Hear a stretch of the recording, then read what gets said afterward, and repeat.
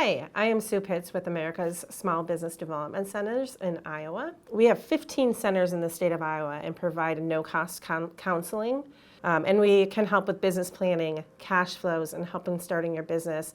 As well as once you start your business, we help many existing businesses with management, accounting, and marketing, and many other things. All of our counselors in Iowa have either owned a business, been a part of a business, started a business. All 15 of us are very capable of helping you, and I encourage you as we go through the Smart Start class to reach out to your SBDC counselor. We have a map here on the screen showing where you can go, and you can go to iowasbdc.org to find your center. I will be talking a lot during this course about a lot of different things, and it gets pretty overwhelming, and I just want to make sure that you know to reach out to that counselor. What we do is we work one-on-one with you for your specific business. This information is very general, so you will want to kind of dig down deeper into what you are doing specifically and what kind of business you are starting. So today we're going to start, the Smart Start course will cover 6 different lessons in small little bursts. The first lesson is Startup Basics, and then we will be going through concept feasibility and market research. Lesson 3 will cover critical issues and decisions. And then lesson 4 will be legalities, permits, and licenses. Lesson 5 will cover developing your business plan and your financials. And there's a big difference between concept lesson 2 and lesson 5. Lesson 2 will cover business planning, and that's what Iowa SBDC really believes in. You often hear, I need a business plan, I need a business plan. And what we really work on with you is the business planning. And the last step is putting that planning together in a business plan. So that's the difference there. So if you're interested in doing a business plan, I strongly encourage you to start with lesson 2. And then if you need to, skip to lesson 5 to see how to put that together. And then lesson 6 is arranging financing and finding the different IRA resources we have for financing. So let's start with our Startup Basics. We are going to cover assessing yourself as a business owner, why businesses fail, and selecting a business idea. And I know this stuff sounds like really common sense, and many people that come to me know exactly what they're going to do. But I think it's a good thing to take about 5 minutes just to kind of look at different things and understand, if you are set to be an entrepreneur, or if you're setting yourself up for failure with ignoring a certain thing. So we'll start with assessing yourself as a business owner. What are your business goals and professional goals? Or personal, and professional goals? You really want to look at, do I want to work weekends? Do I want to work nights? Do I need to be able to leave and pick up my kids? And that doesn't, if you need to be flexible, what that means is you need to be flexible in the type of business you start, not necessarily not starting. But if you have children and you need to be kind of at a whim to pick them up, or other responsibilities, or really don't want to work weekends, a retail brick and mortar restaurant, gift shop, things like that might not be what you want to do. So this is just about assessing yourself, what your professional goals are, what your capacity is, and what you can get done as far as business. You also really want to look at your financial needs. What do you need personally? What do you need to take home personally? So this is looking at your personal budget and what you need to, say you're already working a corporate job or at a different business. What do you need to minimally make it? That first year, you need to be realistic and in thinking that you're probably not going to take home with benefits everything that you're making at your regular job. So you really need to look at, what is that minimal I need, and how many years can I take to reach what I really need, or what I'm making now. So looking at those personal budgets. People will say I make good burritos, and everyone loves my burritos, so I'm going to start a restaurant. What you really need to look at, and this is something that'll talk about businesses failing is getting all the education that you possibly can in your industry. If it's online classes or taking a course, knowing how to be a restaurateur or knowing how to run a consulting business, any kind of training you can get. Other skills that you want to make sure that you have or get experience in is how are your decision-making skills? If you're someone that just can't make a decision, and that's not a bad thing, but there are a lot of big decisions to make in a small business day in, day out. So you want to make sure that you have those skills or you have a team that can help you with those skills. You need to make sure you have the time and energy and the want to spend long hours. Those first couple years are 24/7. You're the business, so you want to make sure, even though you need to be flexible for weekends or for evenings, you're going to be putting in the hours. So you want to make sure that you have that energy and the want to do that. Organization skills and teamwork, delegating, collaboration. You want to make sure that, I know me personally, I have the tendency to I'll just do it myself instead of hiring it out, taking the time. But you want to make sure that you have good delegation skills, you can collaborate and you can organize and you can see where you might not have the skills and you need to bring on team or outsource to help you fill those things and not always have to take control and do it all yourself. So businesses fail, and we know that businesses fail. I think statistically, people say 1 out of 5 businesses fail, or you hear all those different statistics. And there are a lot of business failures. I think a lot of times the failure is not exactly a failure. It might be, this is just too much work for me. The market wasn't there, I didn't do planning. So I don't think taking those statistics and being afraid because 1 out of 3 or 1 out of 5 businesses fail or you don't make money for 3 years, that's not always the case. But there are definitely reasons why businesses fail, and you can pretty much pin it down to, one, the lack of experience. And we talked about getting as much education, bringing on mentors, as much help as you can get in your industry and running a business, and also making sure that you bring in people that know what you don't know. Lack of planning and research. So I talked a little bit about business planning and writing a business plan. I've talked to a lot of successful businesses that will look at me and say, I didn't do a business plan. You don't need a business plan.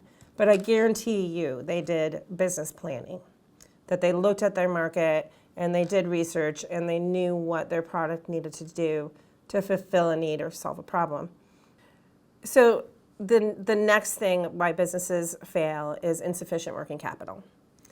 So if you are starting and you need $10,000 to buy your equipment, and then you're good to go and you're ready to start the business, what people forget is you're not going to make money that first month, maybe not that first year. So you need to look at your operating costs, do the planning, and make sure that you have sufficient working capital to get you through to pay your employees until you have beefed up your business to the point that you're making, at least breaking even and paying all your bills and then making money.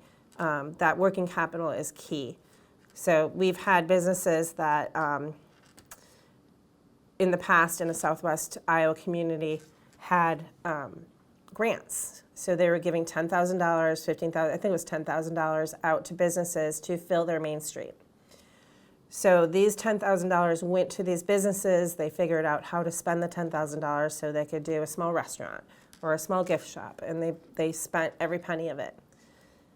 All of those businesses that took that grant failed because what they didn't have was working capital. They spent all the money and didn't have anything themselves to have that working capital to be able to pay their bills, keep the lights on, buy more inventory. So it's very important. And when you're working with the Iowa Small Business Development Center, we work with you on your projections, and that's one of the main reasons we do projections, not just for your banker or to get money, but so that you understand your working capital needs and your break-even points. Poor location is another thing that people sometimes don't think about. They look at the cheapest rent or in an area that's right by their house, and they don't put all the considerations, if it's brick and mortar where people need to come in there, you need to look at those considerations. And we will talk more about location in a couple other lessons and get deeper into that. This is a little bit like insufficient working capital, but overinvestment versus bootstrapping. It doesn't happen as much anymore since kind of the economy fell in 2009. It's been back up, but I think banks learned their lesson. But there was a time that banks would overinvest. Like, yes, we'll give you $600,000 instead of $30,000, where you could build a small shop or do something smaller and then build up into it. So that overinvestment will kill a business because it's going to take them so long to catch up to that.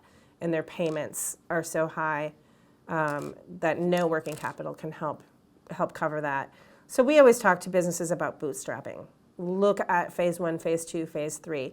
How can you start with a little bit of money and then easily grow to phase 2 and easily go to phase 3? So if it is conducive to the industry that you're looking into, we strongly encourage you to at least make a plan for that and see what that looks like. Unexpected growth can always be a cause of business failing just because there's not enough money for the inventory or time. And if you can't get product to people purchasing, that's sometimes a business killer. Lack of marketing, slow sales, competition, those are all things that you can cover in the planning process and making sure that you have a plan for each of those and not just jumping in. I will talk a lot more about marketing as we go along, but I think the number one thing I hear from businesses when I ask them how they're going to market or look at their business plan is they have one line, and the line says word of mouth. And the thing that I always talk about, that can be a strategy, but word of mouth really is a result of doing marketing, of doing something to get that word of mouth, whether you're nurturing your customers and telling them or giving them a plan. If you tell other people, we'll give you 5% off, things like that. So if word of mouth is how you think your business is going to market or kind of spread and grow, then you need to have marketing plans to work that word of mouth. If I have a business that says I've done all of my business just by pure word of mouth and I've done no advertising, and I'm like, well, imagine what you would have done if you would have nurtured that word of mouth and made it even more, and really worked that. So lack of bookkeeping, I have that last, but I think it's really the most important thing. Businesses will keep track of, so I didn't want to mention too much about COVID-19 during this, but COVID-19 really brought businesses to the reality of we need to have our books up to date, we need to have them online, and I need to know where I am at every time. Not only just because their businesses were closing and they needed to see what kind of bills they could get deferred, but also for the government programs that came out, they needed to have that in 5 hours. You don't have time to go to an accountant and to put that all together. But even without a disaster, bookkeeping is super important, and I think businesses mix up bookkeeping with taxes. So bookkeeping is keeping track of your revenue coming in and your income. And taxes is something that takes that bookkeeping and reports it to the government. So doing online bookkeeping through a program like QuickBooks, Wave is something that smaller businesses can use, especially like freelancers and the gig economy. It's a free, very adequate program that people can use and get those records. So I really think a lack of bookkeeping is one of the biggest reasons businesses fail, because they just don't know their finances. They might have money in their cash or in their checking account, but they don't know really what's going on there, and that money in their checking account might be needed to buy inventory to make more money. So just really having a handle on that. So the next thing in business basics is just really looking at your business idea. And 90% of the people that come to me that want to start a business have their idea. And we're going to talk about refining that idea in the next section. But this is just about I do have maybe 10% of people that really feel that entrepreneurial bug or really want to go out on their own, and they just don't know what kind of business they want to do. So really looking at what do you love to do, what are you good at, and how can you take that and solve a problem. So if you're really good at marketing and you do that in your business, or if you're really good at talking to people and you do that in your business, how can you take that skill and solve a problem that's out there? And I think business ideas always come from solving a problem or filling a need. I could love to paint houses and want to go paint houses, but there's such a saturation of people painting houses, so I need to look at what need am I filling? Is there a need in a certain area of town? Do people need bright pink houses? And I do really good with bright paints. So you really want to look at what that skill you have and couple it with a problem. Also, when you're kind of looking at different problems, and this is where a lot of inventions come from and ideas and innovative restaurants or innovative catering things. A lot of things are coming out of the current situation with COVID-19, and people there's new problems, big new problems. And there's a lot of businesses that I have seen in my center and that we have seen through the state of Iowa coming out and solving those problems. So looking at what's going around you and your circle and seeing what kind of problems you can solve in the current situation. You also want to look at it long term and how can this sustain after certain things go away. You want to look at what unmet needs to you or your circle see and how you can help address them. And also, if you think about industries and you think about what they're doing has been done forever, how are ways that if you're kind of doing something or you're going throughout your day and it's like, gosh, I wish this could be easier. That's called disrupting industries. So what is a way that you can disrupt an industry? Examples of that are Uber disrupted the taxi industry. I'm trying to think. Digital cameras and digital solutions for photography disrupted Kodak and film industry. So there are a lot of things that can be changed. I think when you kind of are going around your life and doing things and just conducting life as usual, and you see people go, well, that's how everyone does it, and that's how I'm going to do it. That to me is, well, maybe that needs to be disrupted. Maybe that's something that we can look at and how can we do something different. So there is a resource out there that I love and I has spoken at our ASBDC conferences and taught all of us counselors on small business trends. It's called smallbiztrends.com. It stays on top of consumer and business-to-business trends. So if you do know the industry that you're going into, you can look on there and see different trends that are going on or different markets. They have wonderful reports on the different generations and the kind of products every year that they're looking at. And this would be also a great resource to determine a great business idea or kind of look at your interests and look at those trends.